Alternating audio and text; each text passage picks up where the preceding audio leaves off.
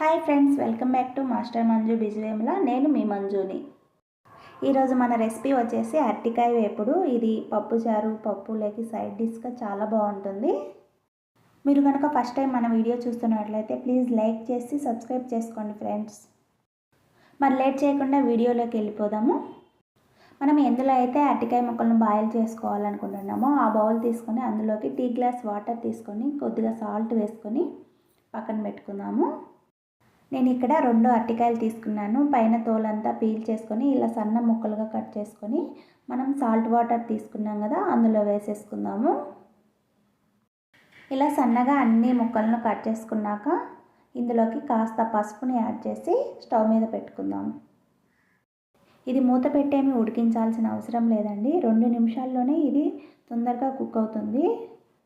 చూడండి, మనం తీసుకున్న టీ గ్లాస్ వాటర్ కరెక్ట్గా సరిపోయాయి. వాటర్ ఏమీ లేకుండా కరెక్ట్గా కుక్ అయింది. ఇప్పుడు స్టవ్ మీద ఒక ప్యాన్ పెట్టుకొని అందులో 3 స్పూన్ల ఆయిల్ వేసుకొని బాగా హీట్ అయ్యాక శనగపప్పు, మినప్పప్పు, ఆవాలు, జీలకర్ర వేయించుకోవాలి.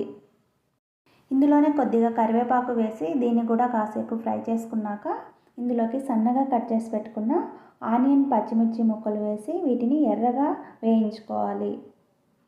ఇవి కాస్త ఫ్రై అయ్యాక అందులోకి క్రష్ చేసి పెట్టుకున్న 5-6 వెల్లుల్లి రెబ్బలు వేసి వీటిని కూడా ఫ్రై చేసుకుందాం. ఇవన్నీ బాగా ఫ్రై అయ్యాక ఇందులో రుచికి సరిపడినంత సాల్ట్, కొద్దిగా కారం వేసి దీన్ని కాసేపు ఫ్రై చేసుకొని మనం ఉడికించి పెట్టుకున్న బనానా ముక్కలను ఇందులో యాడ్ చేసుకోవాలి. ఈ బనానా ముక్కలను నూనెలో కాసేపు వేయించుకుంటే మంచిగా ఫ్రై అవుతాయి. ఇప్పుడు ఇందులోకి మనం వేయించి పెట్టుకున్న పల్లీల పొడిని యాడ్ చేసుకుందాం.